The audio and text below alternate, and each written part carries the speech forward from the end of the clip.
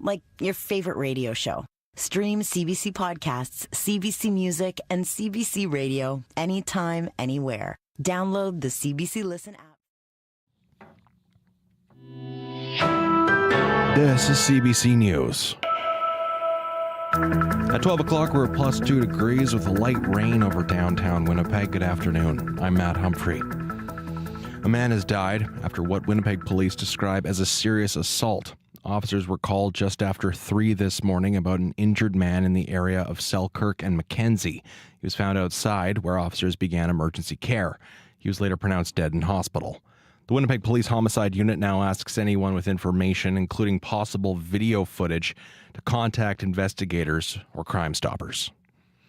Extra mental health supports are in place for emergency responders, but Winnipeg's mayor says more needs to be done. Scott Gillingham is responding to the death by suicide of a firefighter earlier this month. Colleagues say he had been struggling with PTSD from the ballooning number of overdoses and deaths on the streets of the city.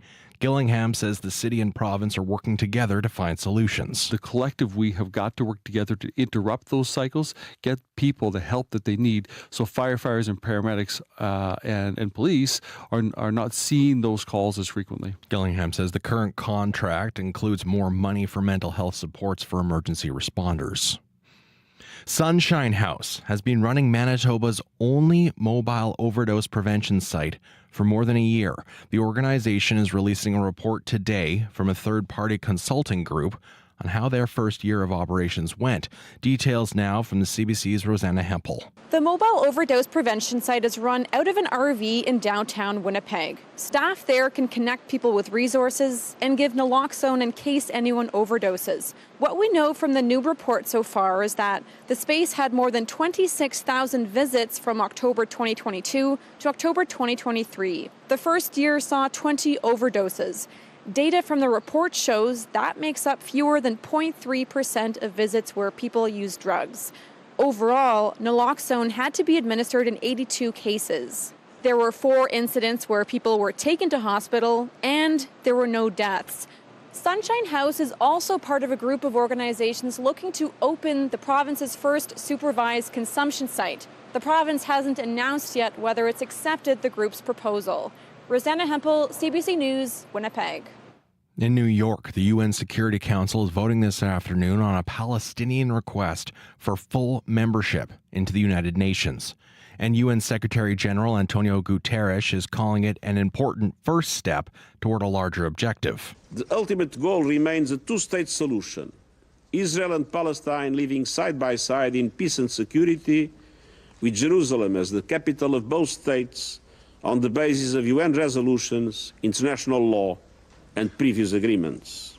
The international community has a responsibility and a moral obligation to help make this happen. The Palestinian request for UN membership has wide support within the Security Council. However, it's expected to be vetoed by the United States. The Palestinians currently have non-member observer status. Police in Ontario and Quebec have arrested 14 people linked to the so-called Grandparent scam. This investigation is far more than fraud. The scammers called seniors who use traditional telephone landlines to extort money. Detective Inspector Sean Shatland is with the Ontario Provincial Police. They would impersonate police officers, judges, lawyers, and loved ones preying on grandparents who believed they were trying to help family members in trouble. In all, 126 identified victims lost hundreds of thousands of dollars. Some were victimized several times, losing all of their life savings. Many struggle with mental and physical health problems as a result. Police say the criminal group is responsible for more than $2 million in reported losses since February of 2022.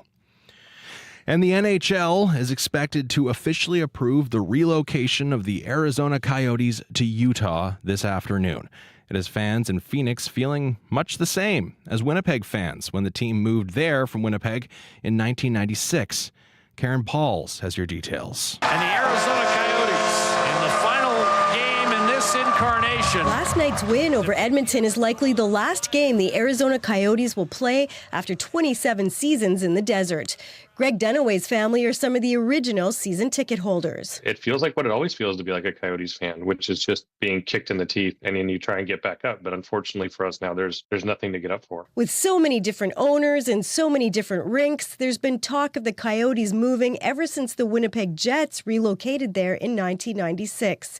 Mark Florentine has attended hundreds of Coyotes games since he moved from Winnipeg to Phoenix shortly after the Jets did. I hope we can figure something out to get a team here that's going to, flourish like the other teams in the NHL. According to reports, the sale will include a provision guaranteeing the current owner an expansion team if a new arena is built within 5 years. An official announcement is expected after the NHL Board of Commissioners meets later today.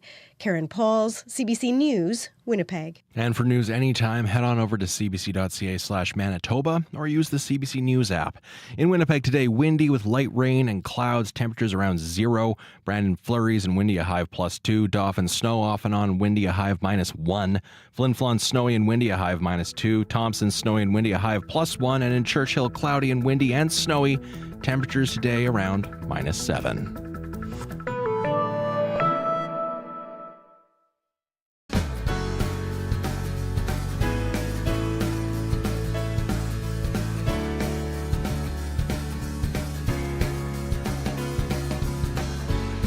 Hello, my friends. Hospitals in Manitoba are struggling to keep their emergency rooms staffed and open. How has that impacted you and your family? What have you experienced?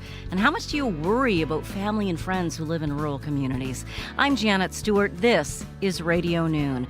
Call me at 12:30 and join the conversation. If you'd rather leave a comment now, call 204-788-3797. The mayor of one municipality says the province can't go it alone when it comes to recruiting and retaining healthcare professionals. That's why his RM is hosting a party this weekend. Hear all about Hamiota's Healthcare Worker Appreciation Banquet at 12:15. But first, as rain and snow keeps falling over most of the province, there's a new tool you can use to see how the ground and surface water will move. The part of Saskatchewan, Manitoba, and northwestern Ontario that's sitting under a snowfall warning has grown since yesterday. The low-pressure system that's bringing us a snow or snowy rainy mix has stalled. The province's flood forecast map shows a flood warning is in effect for low-lying areas along the Assiniboine River from near Russell at the Saskatchewan border through Virden all the way to 18th Street in Brandon. Anyone keeping a close eye on these rising water levels may be relieved to know there's now a flood forecasting tool they can use to help predict ground and surface water movement. It was developed through Manitoba Forage and Grassland Association's partnership with a company called Aquanti. Duncan Morrison is the executive director of the MFGA. Hello, Duncan. Thanks for being with us. Hello, Janet. Thanks for having me. So tell us about this tool. How does it work? Yeah, no, it's a real high-end technology tool that we've been working on for the last 6 years, and we have it on our website so that people can go there and access this portal. And what it's designed to do is to give a real-time breakdown of different categories: stream flow, groundwater, field crossings with water, so through satellite view. So it's a pretty high-end model, but it's purely applicable to people that visit. Now, people who visit, you developed this. The Forage and Grassland Association has been working with Aquanti on this since 2015, correct? Mm-hmm. Correct, yeah. How has the forecasting tool itself and the people it's designed to help changed since then over the years? Well, it's really gone along, and it's really been quite a movement, if you will. When it first started is that it first started out as a land management tool, specifically around the Aquanti model, which was designed to look at the role of forages and grasslands in times of flood or drought. They offer more resiliency. They often have healthier soils that can absorb water. Of course, during freeze, non-issue. But that's how it was developed. And then when we went into our second phase through funding through Agri-Food Canada and Province Manitoba, we really wanted to give something that gave farmers the tool, and land managers, conservation groups, et cetera, the tool to look at how exactly the water was moving in real time. And that's what this portal does. We are having so many severe weather events now. It seems like we're extremely dry, we're extremely wet. Everything seems to be more extreme as the climate changes. How do you see the movement of water changing? Well, personally, I believe water is it needs to be front and center on everything we talk about. And sometimes I believe it's not. And I believe that tools like this give us the ability to reposition water up at the front of our concerns, which it should be.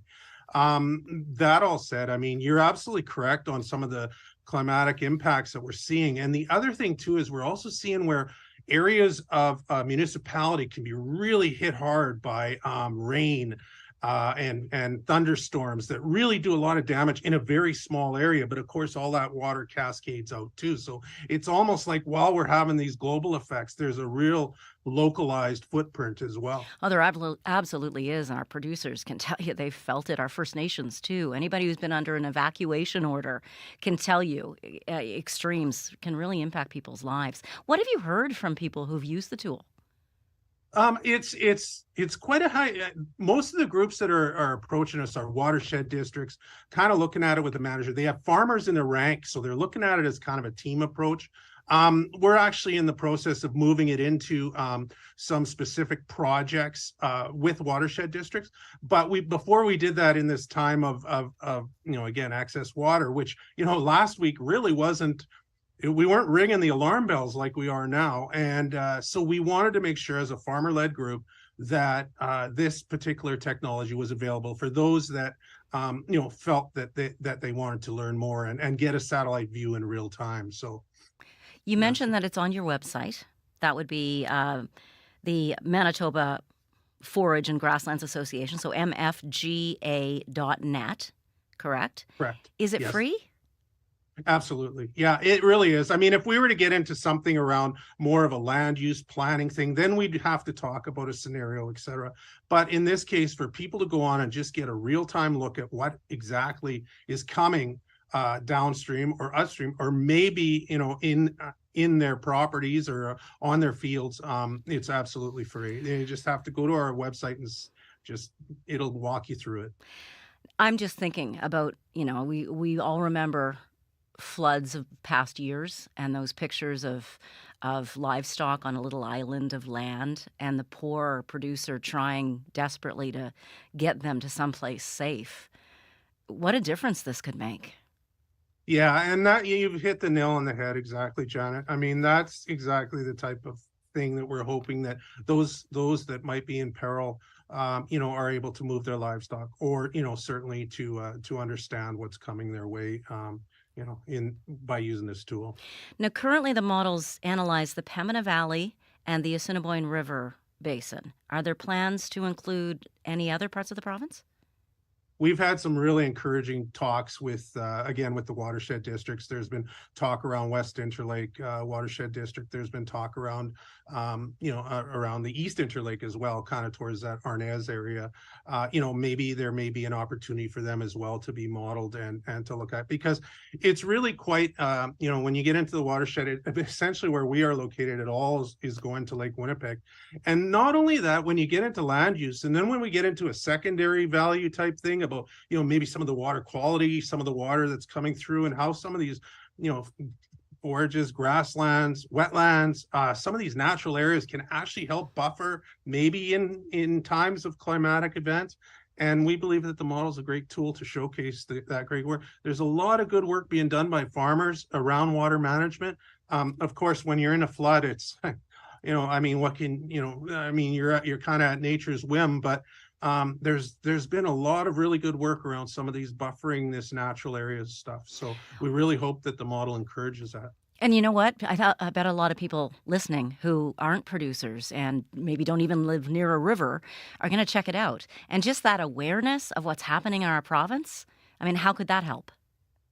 Yeah, that's 100%. It's exactly true. And again, we have that great big jewel called Lake Winnipeg, and all this water is going through there, and it's because all water runs to an area. And yeah, the more awareness we get, and especially about some of the great things that are going on the agricultural landscapes led by farmers, great stuff for everyone to be aware of. Duncan Morrison, thank you so much for joining us today and for telling us about this new tool that's available now for all of us. I'm very, very happy to be here, and go Jets go. Go Jets go. Duncan Morrison is from the Manitoba Forage and Grassland Association. If you're interested in trying out this online tool, seeing what it shows you, again, the website is MFGA, Manitoba Forage and Grassland Association.net. Earth Day at Fort White Alive is a magical time, and this one is for the birds. Let's celebrate not by looking at the earth below, but by looking up to the skies at our feathered friends who make this place so special. I'm Bryce Hoy. Join me for a virtual bird tour. Come to Fort White Alive's Earth Day celebration April 21st and follow the posted QR codes to learn some amazing bird facts. Visit cbc.ca/Manitoba/community for more.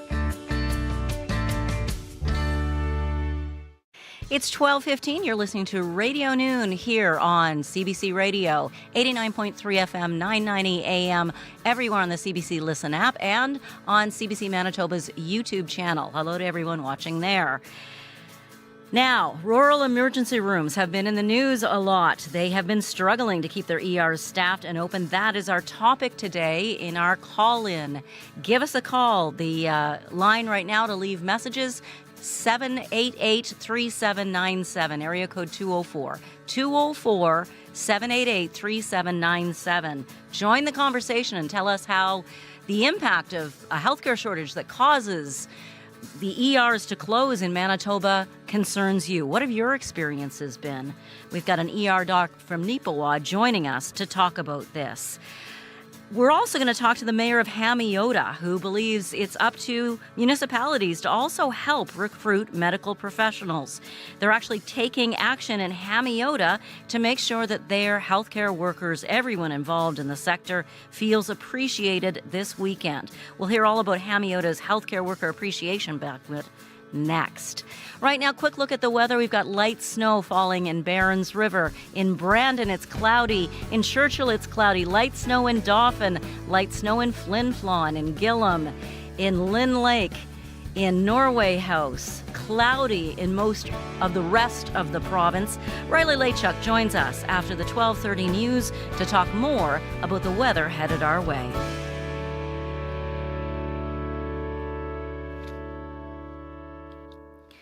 Nurses, doctors, paramedics, pharmacists, dentists. If you're a massage therapist in Hamiota, you are on the list too. For the first time ever, the municipality is throwing a party this weekend for everyone in Hamiota who works to keep the community healthy. Randy Lintz is mayor of Hamiota and one of the planners behind this idea. Good afternoon, Randy.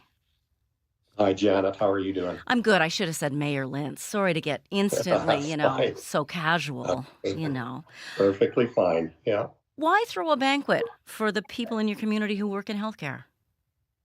Well, Hamiota is no different than any other community in rural Manitoba. We're struggling to, maintain doctors and nurses and everyone that works at the health facility.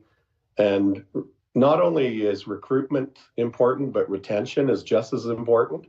So we thought maybe coming out of the pandemic, we thought maybe now's the time that in our community that we say thank you to first responders, to anyone really that works in the community, in the healthcare industry, not just at the health center, but anywhere, that it's time to say thank you, because during the pandemic, everybody else had an opportunity to work from home. But in the pandemic, of course, they were our first line of defense. And so they didn't have that option. They had to work every day, business as usual.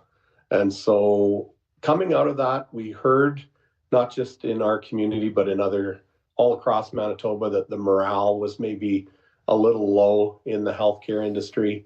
So we thought, okay, let's start planning something. Let's do an event to say thank you to all people that help keep us safe and healthy all year long. And this year, with this event this weekend, you've actually taken that idea of saying thank you to another level. You're planning a big banquet. Tell us about it.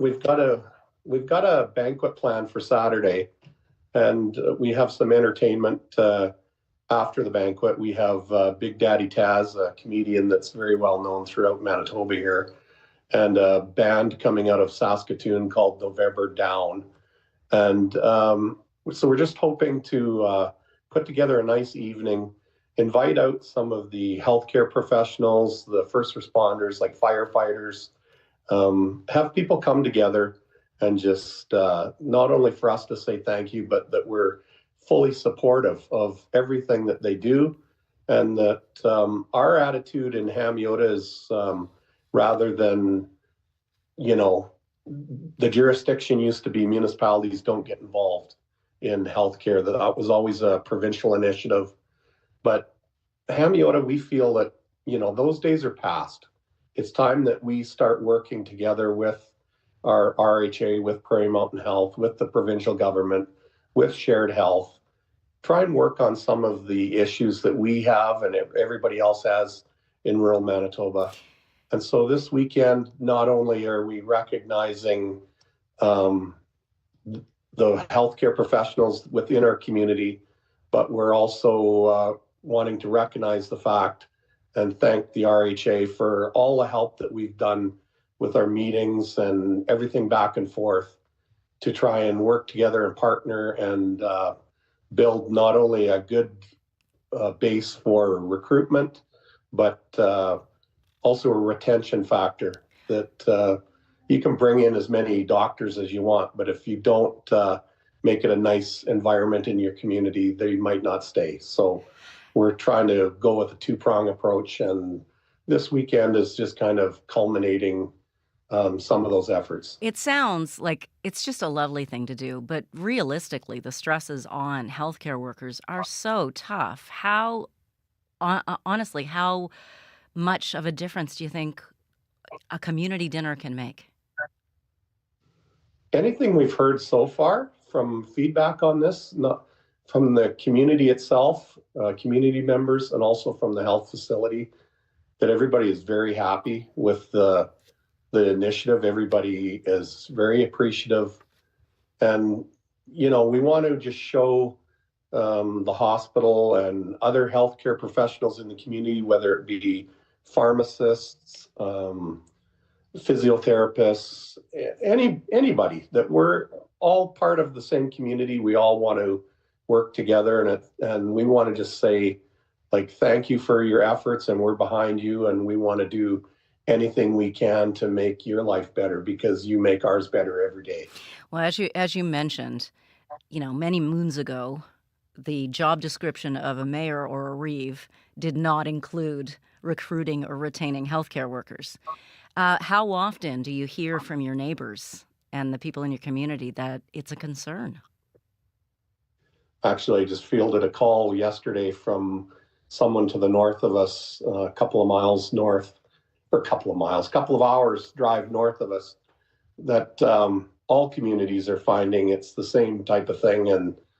And like you just mentioned, it's not a provincial jurisdiction necessarily anymore. Obviously, a lot of the dollars are coming from the federal government, from the provincial government.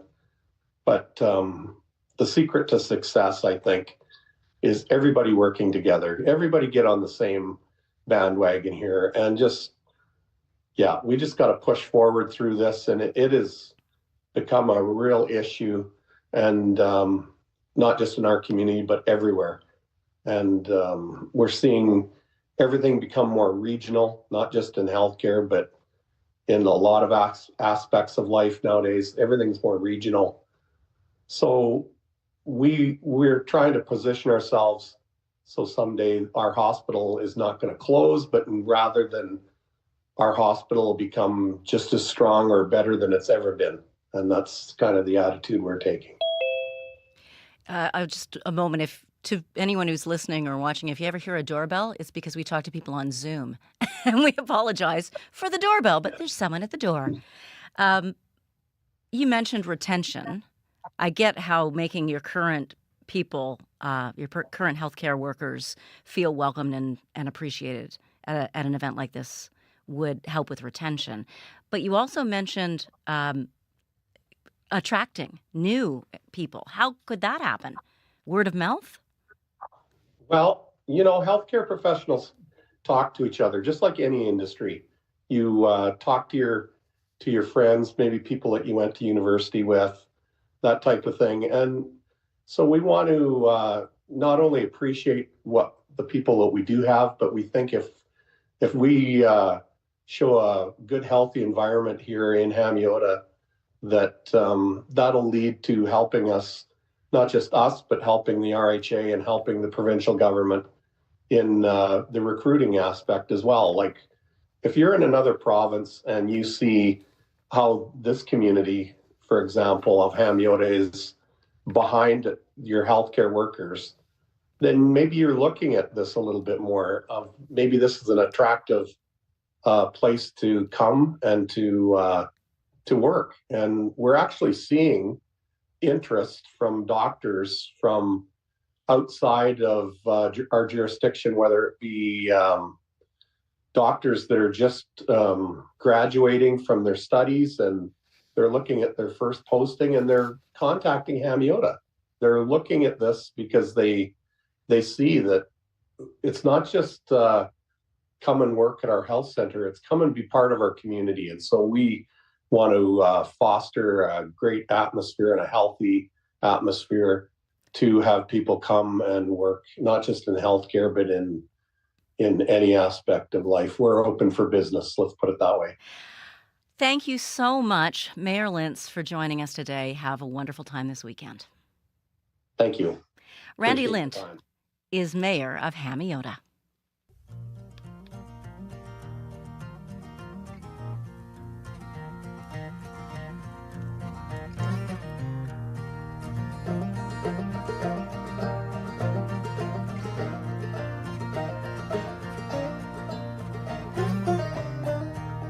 I'm gonna face my demons, even if it breaks my legs, even if it breaks my spirit, walking around downtown all day.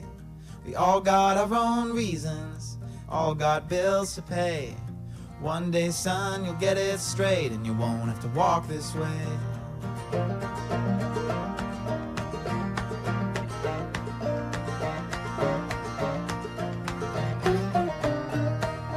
Wake up and place your bets. Wake up and wait in line. One day you'll pay off all your debt. I know it ain't the time. Changing with the seasons, going it all alone. I got friends, and when I see them, it feels like coming home. Yes, it does.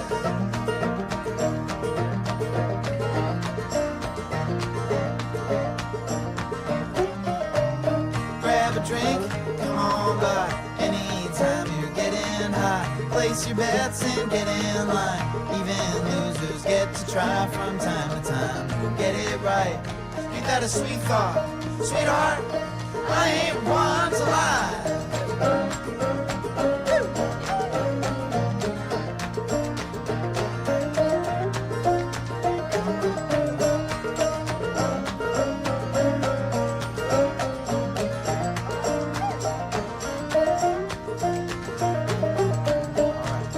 Take my leave of Winnipeg, get myself a place off a Highway 5 mountain road someday, but not today. Find myself some peace of mind just behind my eyes. There's a bluebird waiting to sing her song, and I'm gonna let her fly. Let her fly. Well, I used to let her out at night when everyone's asleep. But in my dreams it's broad daylight and I let her kiss my cheek. Never thought I'd be the man that I am today. Hey, here I am despite my plans. I think I'm here to stay.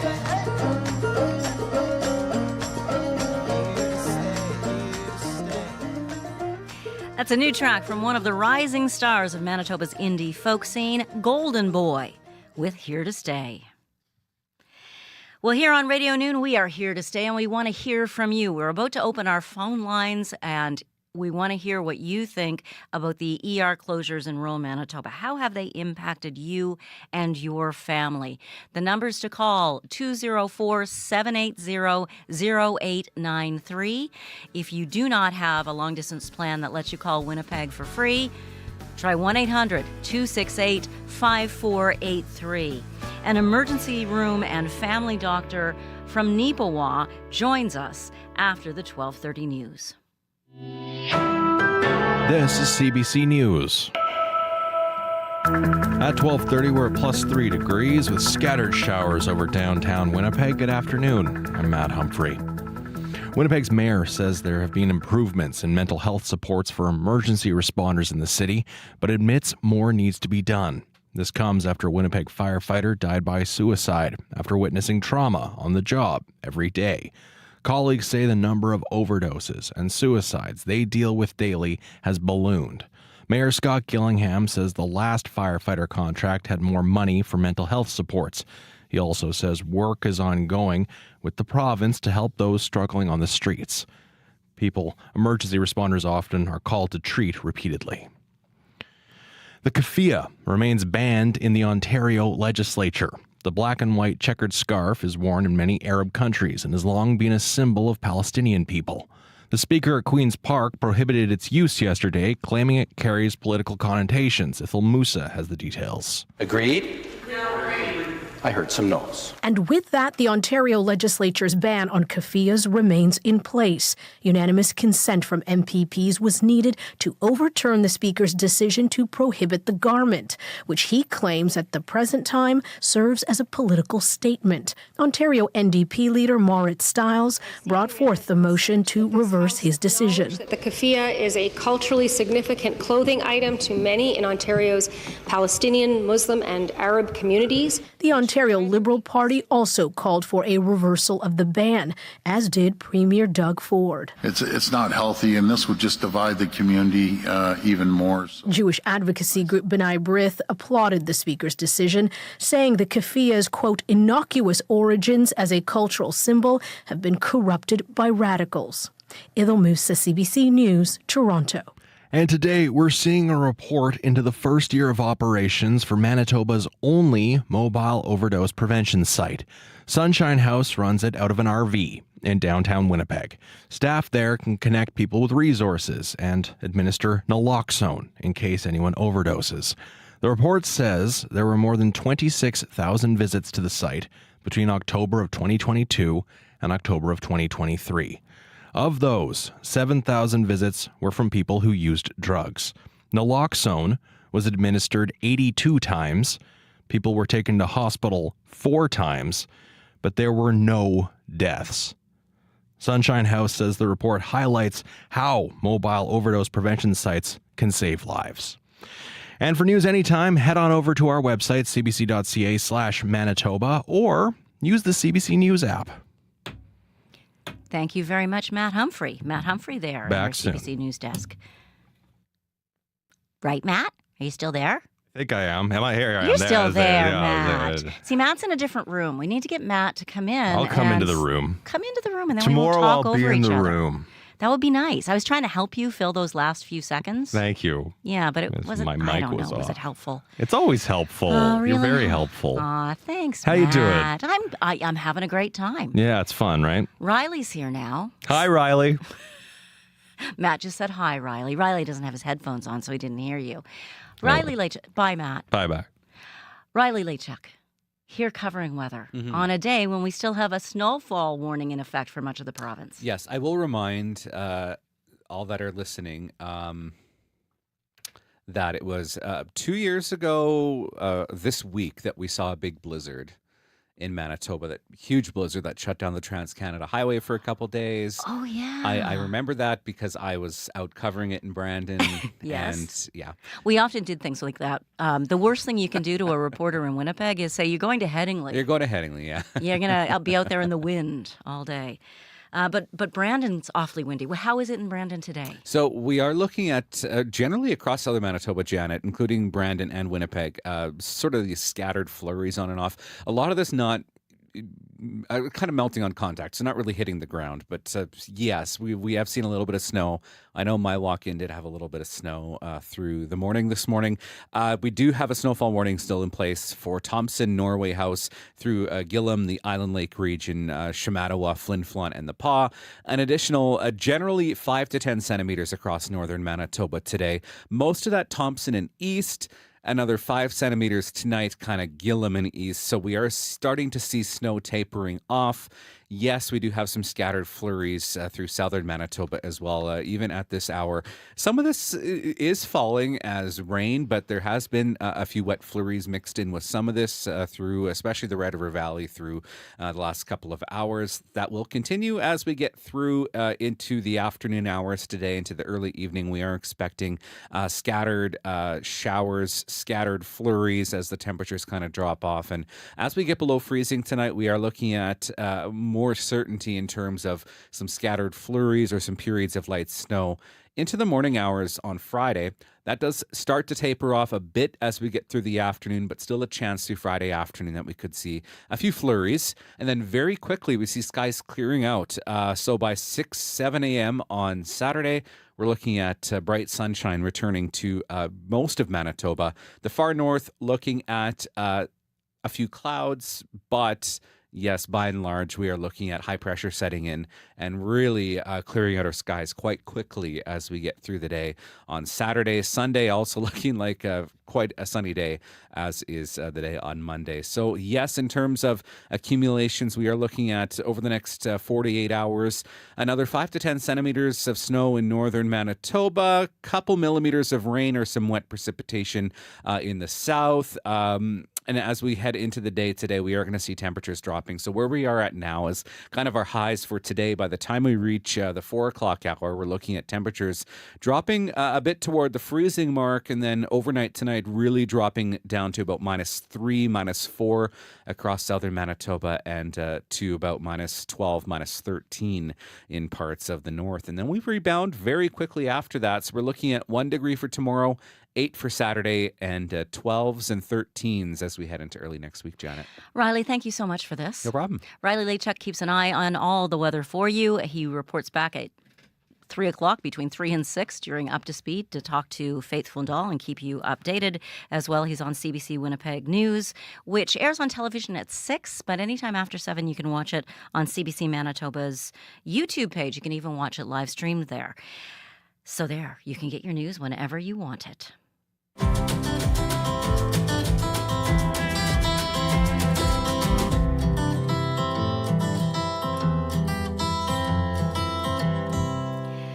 Well, speaking of your news, on CBC this week, you've been hearing that according to statistics from last year, emergency rooms across Manitoba were closed a lot in 2023.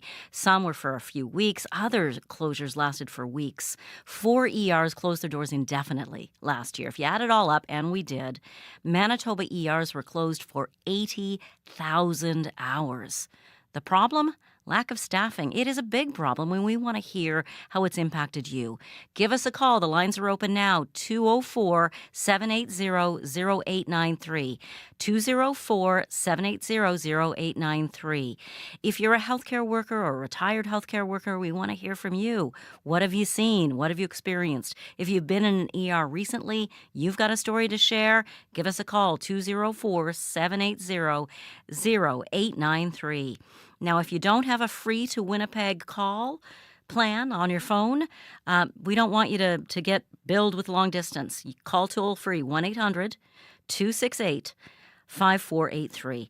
Our guest today to help with the questions you might have, react to the comments you give us, is Dr. Nichelle Desolé. She is a family and ER doctor in Neepawa. Dr. Desolé, thank you so much for joining us. We're grateful for your time. It's no problem. Thanks for having me. How long have you practiced here in Manitoba? I have been a physician here in Manitoba for 2015, so just shy of 9 years. What's changed in that time in terms of what patient's experience or the care you've been able to provide? What's changed over time is that everyone is feeling like we're doing more with less. When I started here, there was an emergency room in all 4 directions from where I practice here in Neepawa. And those ERs, some of them have closed and some of them have reduced hours now. So those services are certainly becoming a little bit more spread thin.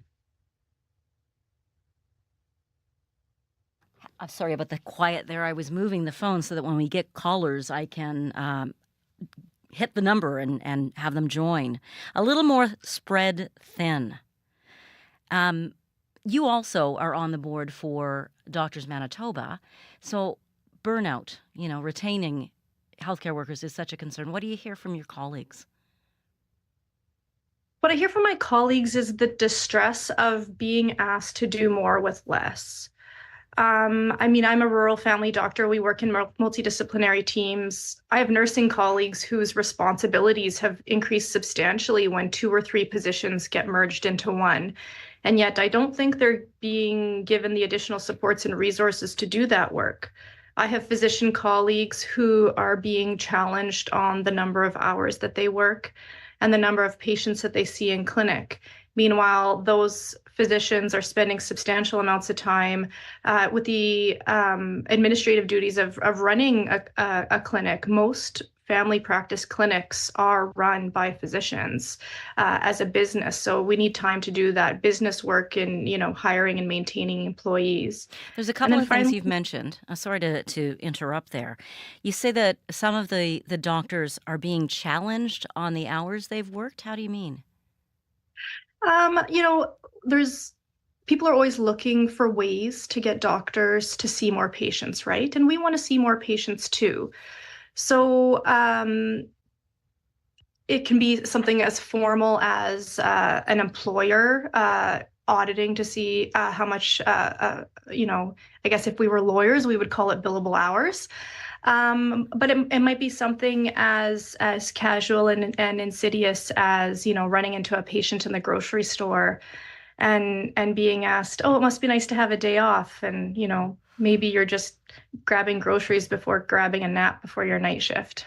Oh, that's funny how I know what it's like to go into the grocery store and have somebody know you, right? And maybe not understand that kindness. I mean, you're in a small town. Everybody knows you. I never thought of it in that way, that you would face it on the street. Yeah, and of course, no one I think means any harm. It's not malicious, but it just shows that there's such a need that's not being fulfilled that people can't help but ask when you can see them next. When you started talking as well, you also talked about your nursing colleagues who are being pushed and yet not given the supports and resources they need. What supports and resources would help? Well, whenever there is work to be done and no one to do it, that work gets pushed onto the people who are there. So we see this in people being asked to work longer shifts, being mandated to stay longer. Every time there's a new form that's created by, a health authority, an administrator, that's another piece of paper for the staff to do. I wish I could share with you what an admission package, my hospital still has paper charts, so I wish I could show you what an admission package looks like. I feel so bad sometimes admitting people to hospital, knowing how much time that at the bedside that nurse is going to have to take sitting there doing the paperwork. Many of my nurses are logging overtime because they're so busy with critical care and bedside care that their charting doesn't get done, but that charting is required. And so that's where the 2 or 3 hours of overtime might come from. That's interesting because we've heard from so many family doctors, particularly in practice, paperwork, all the different forms and all the different levels of healthcare who have different forms. It seems like it should be something that's solvable. Absolutely. Doctors Manitoba is participating in the Admin Burden Task Force that is looking at ways to remove unnecessary paperwork from doctors' desks. The information that we've collected shows that the average doctor spends 10 hours per week on paperwork, and almost half of that has been deemed unnecessary. We all know how frustrating that must be. I think we can picture that. And 10 hours, that's 10 hours you could spend with your family, actually helping decompress from the day, or 10 hours you could see more patients and do the stuff that was the reason you got into the job in the first place, the reason you're there. How is this? Right. So the admin burden task force, is it reporting to the government at a certain point? I'm wondering how we can track this and see how you're doing and what difference it's making. We've partnered with the Canadian Institute of Small Business, and we're working on collecting information. We are working with partners to streamline and modify and perhaps even eliminate unnecessary paperwork. So right now we're in the information collection stages. And so the next thing will be to find ways to implement some of the potential changes. This conversation we're having about paperwork, about all of it, is about caring for the people of Manitoba. We want to hear from the people of Manitoba. Anyone listening, anyone watching on YouTube, send us your comments. Give us a call. What have you experienced? How worried are you about the state of healthcare now? 204-780-0893. 204-780-0893. Recruitment is touted as a solution, a major priority for our province. Health Minister Uzoma Asaguera announced a province-wide goal last week to hire 100 doctors in 1 year, when the most we've ever hired in 1 year before is 45. Let's hear from the Health Minister now. We are taking steps and actions that are improving capacity. We are working actively with municipalities, with regional health authorities, with frontline healthcare workers to do the work of making sure that rural Manitobans will be able to access quality care close to home. Dr. Desilets, with every province in the country in a similar boat, they're out there recruiting as well. How optimistic are you that Manitoba will meet that goal of 100 doctors this year? It's certainly an ambitious target, isn't it? But I think we can be positive that we can obtain that target. Now, I want to remind people that this doesn't necessarily mean just new graduates or physicians that come from other jurisdictions. We need to remember the important role of retention. So that means keeping the physicians that we have, whether they've been in practice or whether they've trained here, and maybe even changing the work environment so that those who are experiencing burnout and considering cutting down their hours or retiring earlier than expected will reconsider that and spend perhaps more time and more years caring for patients. We actually got a call earlier today from a from a physician who had been recruited to the province and said that this person said that the regulations and requirements are significant obstacles for doctors who come here from other provinces. You're nodding heartily, Dr. Desilets. Why? This was my experience. I'm a born and raised rural Manitoba girl. I grew up in Eli, speaking of, bad roads with your weather person, Riley. But I moved away. I had the opportunity to train in 4 other provinces and territories. But when I was ready to come back and open a practice in Manitoba, there was no easy way to do that from afar. Who to contact, where to find the opportunities that are open. And so, as was mentioned in the recent government announcement, part of their investment is going to be in revamping Central Retention and Recruitment Office. And that's something that I found very interesting because I could personally relate to that discoordinated recruitment effort when I tried to move here. And the person who called us, the doctor who called us, said that he was promised all kinds of stuff, that doctors are promised lots of supports, that they're going to be there on the ground when they get settled. But in the reality, those supports are not there. And you're nodding You're again. absolutely You've right. heard this? Yeah. Yes, of course. And this is something that we work with when we're recruiting for our local area. the Doctors Manitoba supported a community of practice program within Prairie Mountain Health, and one of the outcomes was identifying that having a central go-to person with your questions, particularly when you're new in practice or new to the area, having that physician navigator to answer your questions can be a real value. I certainly wish I had that when I started. Dr. Nichelle Desolé in our conversation talked a moment ago about the paperwork load that her nursing colleagues have to deal with. Pam is a former nurse. She joins us now. Hi, Pam. Thanks for calling us. Oh, hi. Thank you for having this conversation. Something about the paperwork conversation struck home.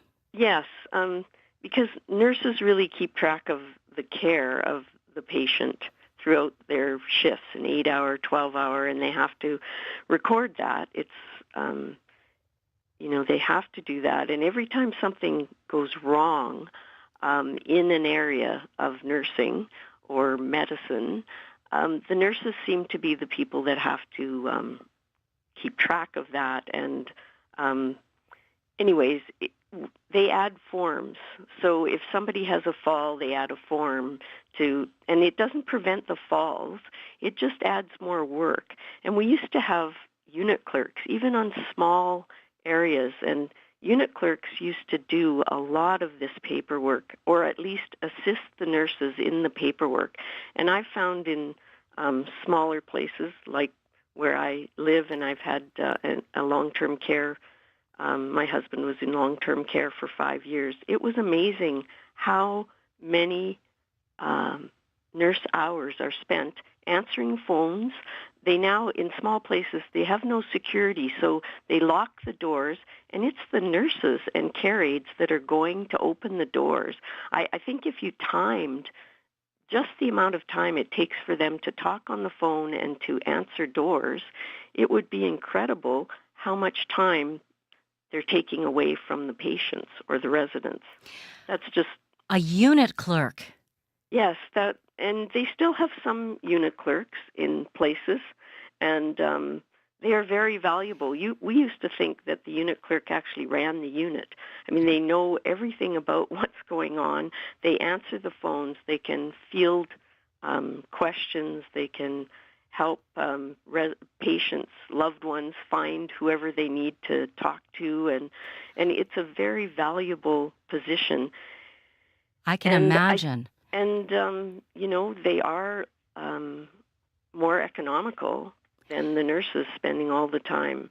And a lot of the forms have been changed to be tick box forms, but it's still a form. Yeah, and they add them all the time. I think the doctor alluded to that, and it really doesn't help with the care. No, not at all. Tick box Pam, you're form. so right. And what a great idea Pam just brought to the surface. I mean, likely years ago when we were trying to find ways to trim costs, we hired fewer unit clerks. But doesn't that seem to make sense, Dr. Desolé?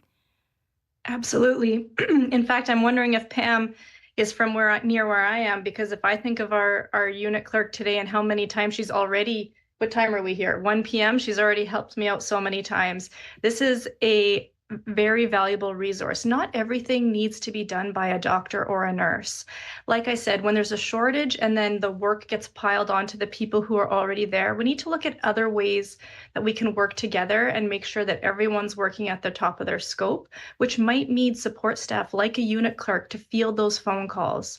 I'll give you an example. When I need to transfer a critical care patient for example, maybe Children's Hospital, if I have a breathing tube in a newborn, I can't be on the phone. And if it's the middle of the night and there's only 2 nurses in the building that are permitted to provide critical care to a newborn, they can't be on the phone. We need someone to be an extra set of hands for us. That seems to make good sense. Look, a simple solution. How much low-hanging fruit, Dr. Desolé, do you think there is that could make things better? I think there's many opportunities, and I think we've already touched on them. We need to decrease the burden of the non-clinical work that is being asked. I mentioned, overtime being generated by something as simple as charting. I mentioned the admin burden task force. But I think a broader thing is that healthcare workers want to feel listened to. This is where we're going to find these ideas like Pam just mentioned. This is where we're going to be identifying where we're getting value in the system. So healthcare workers want to feel listened to and not just being handed, more requirements, more work. And more mandatory overtime. I don't know how anybody does that if they have children, how they figure out childcare. Yeah. Dr. Desolé, you've got the last word here. Thank you so much for spending time with us. I know you were seeing patients right before this. You'll be seeing patients again right after. Manitoba's listening. What do you want us to know? I want Manitobans to know that doctors are concerned about the lack of access. We are not naive to this. It's not a new problem, and we know the impact that it has on patients and families. And we are wanting to come to the table to work with other stakeholders at identifying solutions. You mentioned earlier, with every province in the same situation and vying for those valuable healthcare workers, I think we need to remember to stay innovative and look for new solutions. Our system has been the same way for a long time, and it might be time to look for innovative solutions, leveraging IT, changing the way we do things. Dr. Nichelle Desolé, thank you so much for your time. Thank you. We want to keep this conversation going. Let's surface good ideas. Do you have some? 204-788-3797 is our listener line. We've run out of time for live conversation, but leave them on the listener line and we can surface these ideas. Faith Wendell joins us now. Faith, you're surfacing ideas during Up to Speed, I know all the time. What's on tonight's show? So listen to this. He lost the Jets when he lived in Winnipeg. Oh, no. And now, after moving to Arizona, he may lose the Coyotes, too. Oh, no. We're going to hear what it's like to say goodbye to 2 NHL teams from a Winnipegger turned Phoenix resident, Mark Florentine. If you're a real hockey fan, I mean, certainly if you were here when the Jets version 1 left, you remember the pain. I wasn't here, but from the folks who I've spoken with, I mean, it was a big deal. And it lingered. The scars of that hurt lingered for years. It'll be interesting to hear whether he is stronger because he's experienced it before. Resilient, perhaps? Resilient is another word. So, yeah, we'll see. Well, I hope for resilience. I'm expecting a little bit of like, oh, no, not again. It's going to be complicated, right? Very complicated. Well, at least they still have our Jets to cheer for. I hope that's not a horrible, insensitive thing to say. It's one way to frame it. I always look, you know me, glass half full girl. I like it. Thank you, Faith. I like it. Faith Wendell hosts Up to Speed every day here on CBC Radio 1, 3 to 6 p.m. Thank you, as always, for joining us today on Radio Noon. We have now had a full week of call-in programs. We hope to hear from more Manitobans. If you have ideas on what you would like us to talk about as a community, what's happening in your neck of the woods, let me know. janet.stewart@cbc.ca or call our listener line. That number again, 204-788-3797. A team of people work to put on these live radio shows for you every day.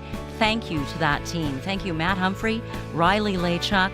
Travis Peterson is the man behind the control room there, keeping us on YouTube. Remember, you can watch us there even after 1 p.m.